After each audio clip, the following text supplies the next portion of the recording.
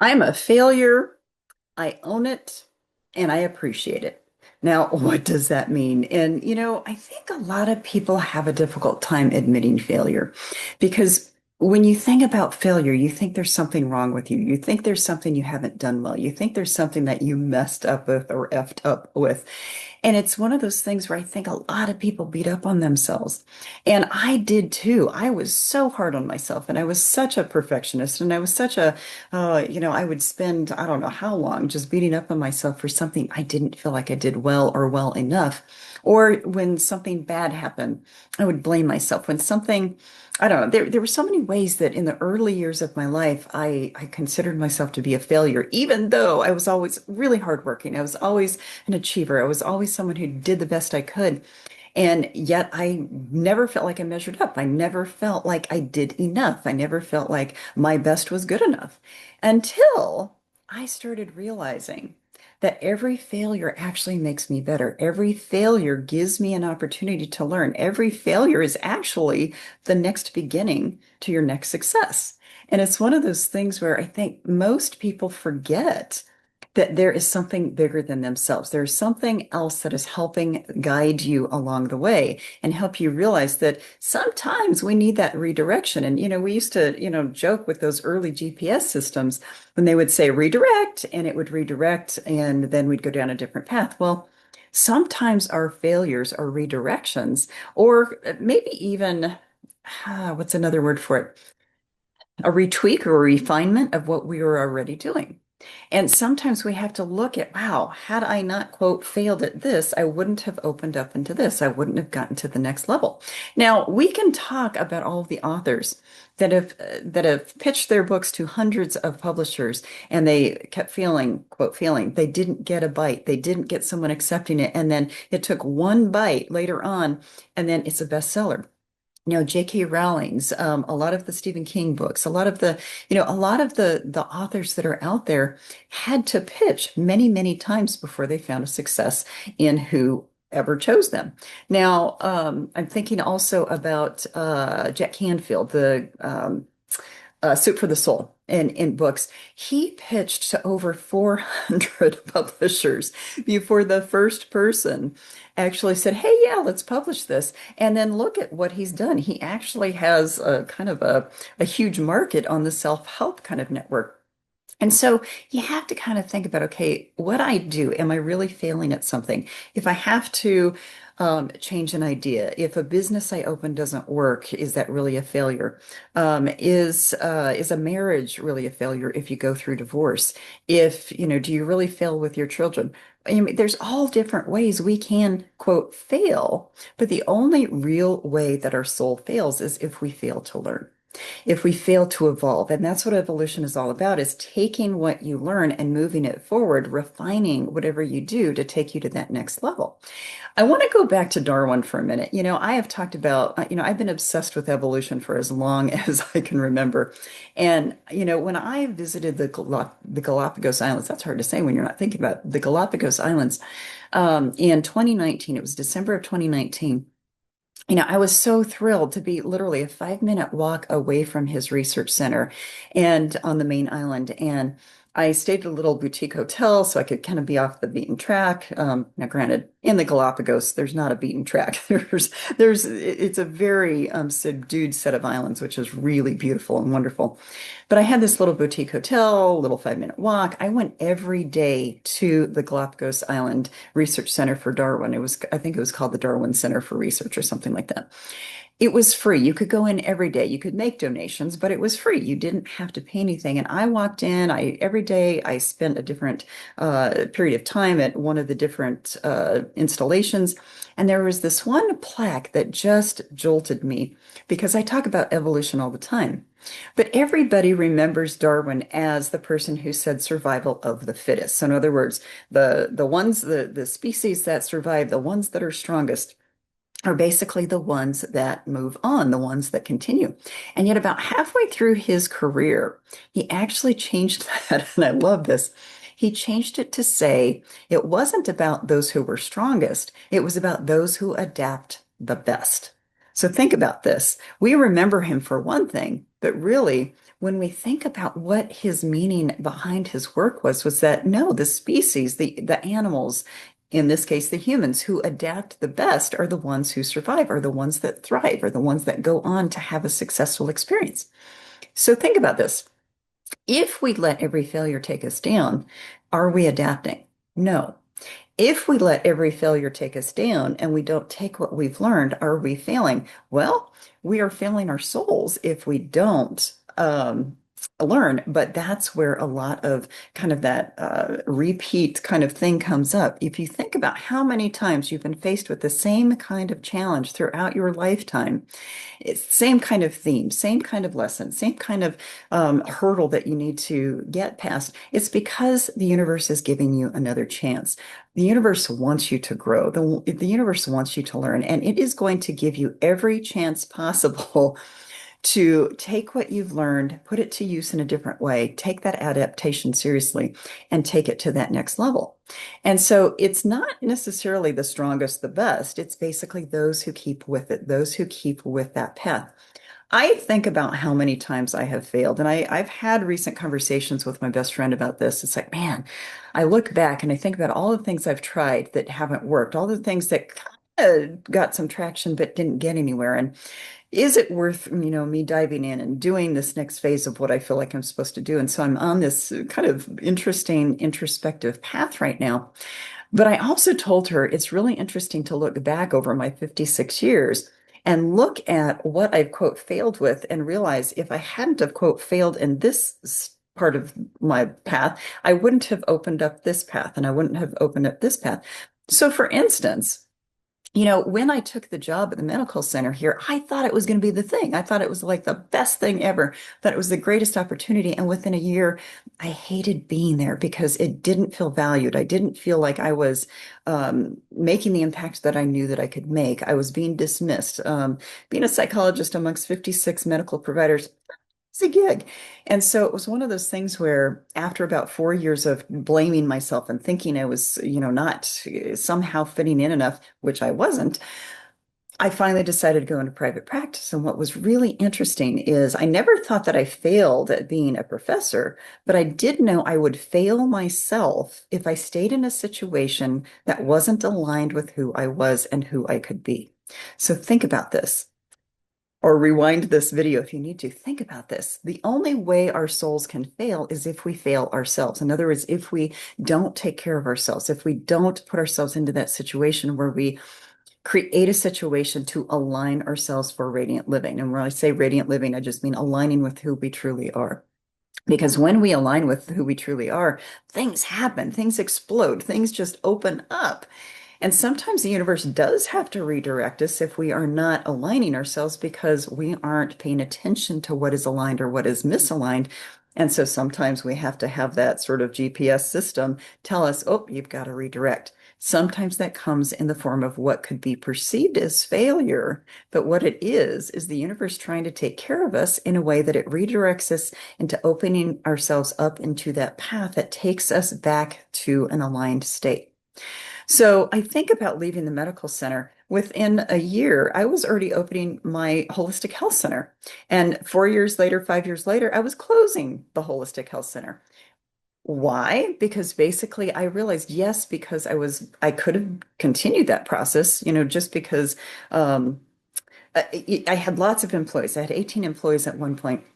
And I basically was realizing my own health, my own life balance, my own ability to stay aligned was not going to maintain if I continued having that holistic health center. So I closed it down.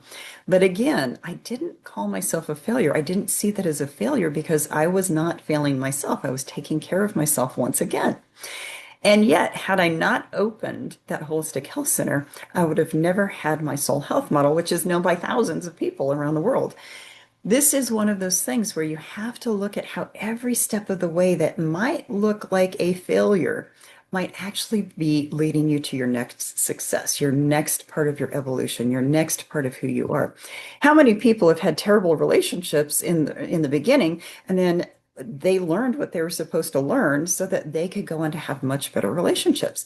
How many people tried one degree, went to college for something, but then they're like, oh, this is not going to align with me. And then they go back to school for something else, and then everything aligns. So this is how this works. Our soul is not here to fail. Our soul is actually here to kind of plunge us into experiences so we can move forward. The universe always has our back in one way or another. Even if we think we're being cursed with something, it's about closing something down so we can open something else up. So when I look at my own quote failures, I no longer beat myself up. I no longer think, wow, okay, I screwed up, or I am a screw up, or I'm not good enough, or whatever. I actually look at it as, what can I take from what I've learned and take this to a higher point? How can I evolve to take myself to my next highest point? And this is the other part of this is we might think we have this vision in mind and think, oh, that's it. That's where I'm going to be. That's what makes me feel like I've arrived. And yet it doesn't work out. And yet that process of learning whatever we were supposed to learn in whatever that endeavor was, whether it was work-wise, family-wise, parenting-wise, spouse-wise, whatever it might be, that process of learning along the way is taking us to our next higher step, heightened step so that we can get even further. So, think back about your own life. Think about how many times you beat up on yourselves or were perfectionistic. And really, if you can open up to this idea that your conscious evolution is going to take you down the path and that basically sometimes things aren't supposed to work out so that other things can. I'm going to guess that you're already thinking about things that didn't work out, and you're like, yeah, had that worked out, I would not have had the opportunity to do whatever you're doing now. This is how this works. You have to kind of widen the lens to the point where you're allowing in failure so you can learn from your mistakes, learn from your disappointments. I want to say this in a slightly different way as well. I have a client who I've been working with for a while, and it's more of a coaching client, and we integrate a little bit of the spiritual piece to this. But she has a son who's been struggling for quite a while. And I can intuitively tune into the energies of another soul. And along the way, I was tuning into his soul for her to kind of help her understand, what he was struggling with and how she could help him. And I basically said, no, he's doing this processing. He's coming around. He's doing some work. Now, on the surface, for someone who doesn't see the intuitive part of it, they can't see it. So a lot of times they will have anxiety mixed in that. But I said, no, no, no, he's evolving. He is. He may not be doing it at the pace that you would like, but he is going to get to that point where he's saying he's disappointing himself. And at the point that he disappoints himself, that's when you're going to see a change. And so this was a couple months ago, she was talking to me and listening and thinking, oh, okay. Very last session. And I spoke with her last week and she says, wow, you were so right. He actually got to the point where he came to us and said, this is where I'm at. I've really screwed up. I need some help. And he's more humble. And it's like he was starting to disappoint himself. And so at that point, he was able to take it and realize, wow, I need to get to a different level. I need to start doing something differently. So all in all, the thought is, and you've heard me say this a million times, that we don't change unless we're tired enough of ourselves or our situations. Sometimes our own failures are how we get tired enough of ourselves or our situations in order to change something. But when we get to that point, that is what takes us up a notch. That is what gives us the opportunity to elevate ourselves to that next level if we learn from what we're supposed to learn. Again, I'm guessing all of you that are listening to this video are thinking about this, and you do have to kind of widen the lens. You have to kind of look at this from a much bigger perspective and an existential perspective to see, wow, I was really mired in that. But if I had, quote, succeeded at what I thought I was supposed to succeed at, I would have never made it to where I am now. So again, look at this as, are you beating up on yourselves? Is the human part of you beating up on yourselves? But do you need to start letting your soul lead a little bit in order to get yourself to that next level? Give that some thought. I would love to hear comments. Again, there is no way that the soul can fail if you're learning what you're supposed to learn. I will say this, and this is kind of tongue in cheek. This is just a little joke, but not so much of a joke. Years ago, this is my last story for you for the day.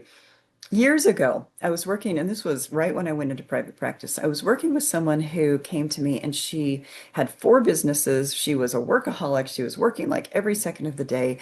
Poor relationships, challenging situation. Her health was not in a great place. She came to me because she wanted to change her life. She was tired enough of herself or her situation at the time that she wanted to change. And so we were working together to help her set boundaries. We were helping her kind of delegate some of the work options, and so she didn't have to do it as much. She was setting boundaries with a male that she had been seeing. And about 4 months into the process, she comes in, plops herself down on the couch, and she said, I'm back to where I started. I don't know what to do. And so we talked about this for just a brief second. And I remember reaching down, and I don't know if I was getting my water, but I remember saying to her, well, we better figure this out because there's no therapy in heaven. What I meant by that, and she was someone who believed in reincarnation at the time already.